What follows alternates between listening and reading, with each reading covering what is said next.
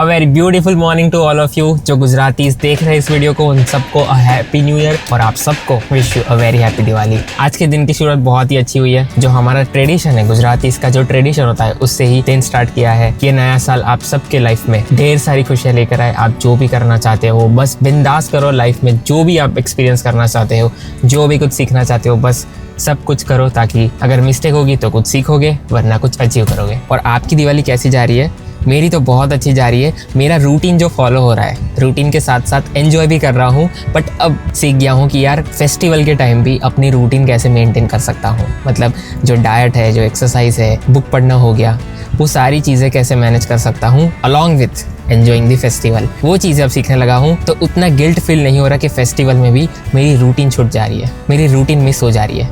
वैसा नहीं हो रहा।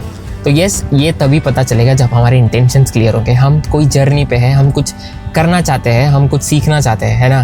तो चाहे कुछ भी हो जाए, चाहे कोई फेस्टिवल आ जाए, चाहे कहीं बाहर जाना हो, किसी की शादी हो गई, राइट। हमारे लाइफ में बहुत सारी फेस्टिवल्स आते हैं, बहुत सारे ओकेजन्स आते रहते हैं, है ना।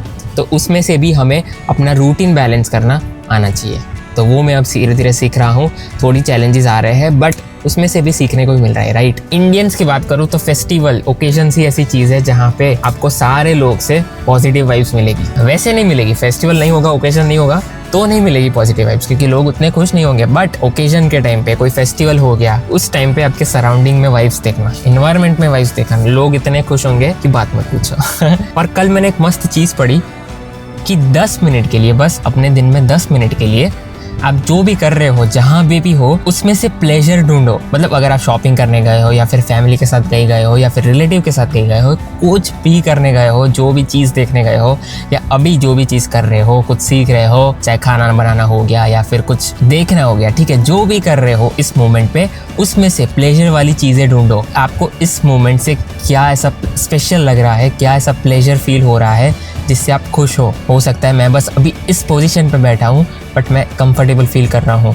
मेरे सामने इतनी सारी ग्रीनरी है, उसको देख के मैं बहुत ही रिलैक्स फील कर रहा हूँ। नेचर के साथ रह के बहुत ही अच्छा लग रहा है ना। तो हमें ये प्लेजर वाली मोमेंट ढूंढनी है, जिससे हमें पता चले कि हमारे आसपास इतनी अच्छी चीज़ें हैं, हमारे मोमेंट में इतनी सारी अच्छी चीज़ें हैं जिसको हम नेग्लेक्ट करते हैं, जिसको हम नज़रअंदाज करते हैं। बट अगर ऐसी प्लेजर वाली मोमेंट्स ढूंढते रहोगे लाइफ में, तो रियलाइज होगा कि लाइफ जीने का मज़ा ही अलग है ना। जो कल मैंने एक आर्टिकल में पढ़ा था और उसको उसी टाइम से इम्प्लीमेंट करने लग गया, और मैंने इतनी सारी चीज़ें रियलाइज़ की कि यार अपनी मोमेंट में बहुत सारी ऐसी चीज़ें होती है जिसको हम नेग्लेक्ट करते हैं, जिसको हम नज़रअंदाज करते हैं। बट वो बहुत सारी स्पेशल मोमेंट्स होती है, चाहे वो छोटी सी छोटी मोमेंट क्यों ना हो गई। किसी को हंसते हुए देखना, किसी को स्ट्रगल करते हुए देखना, हमें बहुत कुछ सीखने को मिलता है, that we should learn from instead focusing on distractions, right. Make your life special by living those moments. क्योंकि आप जहाँ पे भी हो, जिसके साथ भी हो, जो भी कुछ कर रहे हो, बस उस मोमेंट से प्लेजर वाली चीजें ढूंढो। So yes, this is how it is.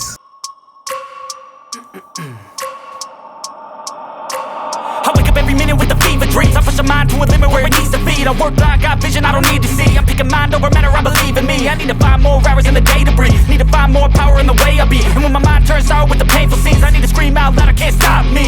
I wanna be the greatest like Rocky. You know I leave them all hating like a hobby. I'm out here making moves like a lobby. And if you ain't with me, it's your loss. See, I got my mind on the facts, I'm a python, grab what I like real fast. Took until I have everything, I attack everything that I lack, everything that I want, and I see matter of fact.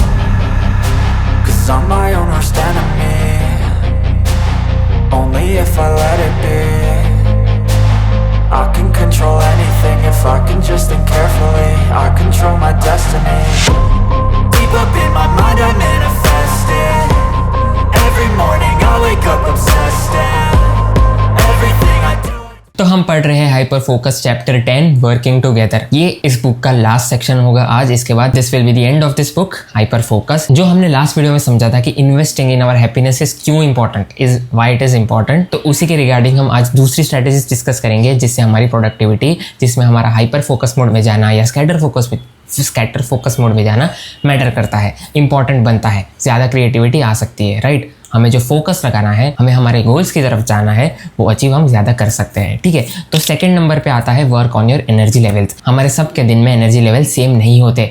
किसी को सुबह काम करने में मज़ा आता है, कोई सुबह काम जल्दी कर सकता है, कोई रात को काम स्टार्ट कर सकता है, जो उसमें जिसको ज़्यादा मज़ा आता है उनका फोकस रात को ज़्यादा रहता है। ठीक है, अगर मेरी बात करूँ, I am an early bird. मेरे को सुबह जल्दी उठने में और जल्दी काम स्टार्ट करने में ज़्यादा मज़ा आता है और रात को जल्दी बेड पे जाने के लिए ज़्यादा मज़ा आता है। ठीक है, बट यहाँ पे आप बात आती है एनर्जी लेवल्स की। एनर्जी लेवल हमारे पूरे दिन में सेम नहीं रहते। किसी की एनर्जी ज़्यादा सुबह रहती है, किसी की दोपहर में रहती है, किसी की शाम को रहती है, किसी की रात को रहती है, राइट। तो ये एज एन इंडिविजुअल हम पे डिपेंड करता है कि हमारी एनर्जी कब है, हमारी एनर्जी कब ज़्यादा है, कब कम है, वैसे हमें टास्क करने हैं, राइट। अगर एनर्जी ज़्यादा है और मैं कोई ऐसे ही काम कर रहा हूँ जो इंपॉर्टेंट नहीं है, तो क्या होगा? Waste of attention, waste of time, waste of energy. जो एनर्जी है उसका यूज़ हम नहीं कर रहे ठीक से, राइट। तो ऐसे एनर्जी में अगर ज़्यादा एनर्जी है तो उस वक्त हमें कोई कॉम्प्लेक्स काम, मतलब जो हमें अपने गोल्स की तरफ ले जाएगा, वैसा काम करना चाहिए। और जब एनर्जी नहीं है, थोड़ी लो एनर्जी है, तो उस टाइम हमें कुछ हैबिचुअल टास्क करना चाहिए जो हम रोज़ करते आए हैं, जिसमें हमारा ज़्यादा फोकस नहीं लग रहा, राइट। और तभी ये बेनिफिट देता है कि हमारी एनर्जी वैसे भी कम है और हम हैबिचुअल टास्क कर रहे हैं, तो वो टास्क अच्छे से हो जाएगा, राइट। क्योंकि जब हमारी एनर्जी लो होती है और हम कोई कॉम्प्लेक्स टास्क करने जाते हैं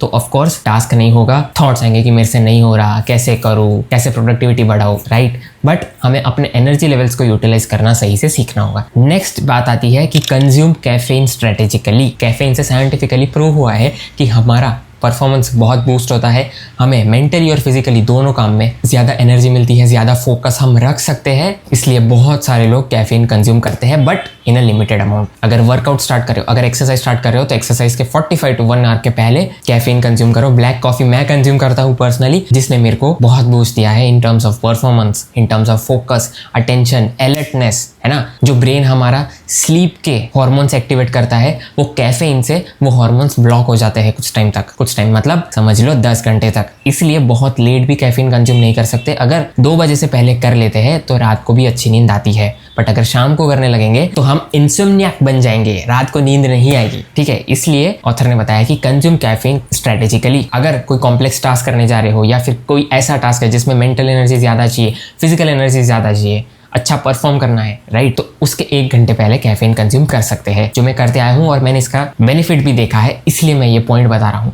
और लास्ट बात आती है कि हमें अपना अटेंशन, हम जो भी काम करते हैं, हमारा कितना फोकस रह रहा है, उसको नोटिस करना पड़ेगा। जहाँ पे भी हम फोकस करते हैं, चाहे कहीं बाहर चले गए या फिर कोई टास्क पे हो गया या फिर कहीं भी जाते हैं, किसी से भी बात करते हैं, तो जितना फोकस रहता है उसको हमें नोटिस करना पड़ेगा। ठीक है, एक बार ये नोटिसिंग करना सीख गए, सेल्फ अवेयरनेस सीख गए, तो हमें पता चलने लगा कि हमारा अटेंशन इतना बन रहा है, इतना इम्प्रूव हुआ है, राइट। और हमें कैसे टास्क पे कितना फोकस लगाना है, कितना अटेंशन चाहिए, कैसे ये टास्क कंप्लीट कर पाएंगे, हाइपर फोकस मोड में जाना है या स्कैटर फोकस मोड में जाना है, जिससे अब हमारी लाइफ हमें मीनिंगफुल लगने लगेगी। क्योंकि अब ऑलमोस्ट 60 डेज होने वाले हैं मैं ये चीज़ करते आया हूँ, तो मेरे को इसका बहुत बेनिफिट हुआ है, चाहे वो प्रोफेशनली हो, करियर के रिलेटेड हो, या तो फिर पर्सनली हो, खुद के सेल्फ डेवलपमेंट के लिए हो, पर्सनल ग्रोथ के लिए हो, या फिर घर के काम के लिए हो। ठीक है, तो इन सब में मैंने इसका बेनिफिट समझा है। अब ज़्यादा सेल्फ अवेयरनेस रख पाता हूँ, फोकस रख पाता हूँ, टास्क को कैसे कंप्लीट करना है, कौन से डिस्ट्रैक्शंस को एलिमिनेट करने हैं, कितना फोकस रह रहा है, क्या डिस्ट्रैक्ट कर रहा है, वो सब कुछ अब पता चल रहा है। बट इसके रिलेटेड डिटेल में एक और वीडियो बनाऊंगा जिसमें मैं इस बुक के 10 लर्निंग शेयर करूंगा before jumping on to the next book. Next book कौन सी होने वाली है वो एक सरप्राइज है, तो उसको डिस्कस नहीं करेंगे, ठीक है, बट बहुत अच्छी होने वाली है। ठीक है, तो यही थे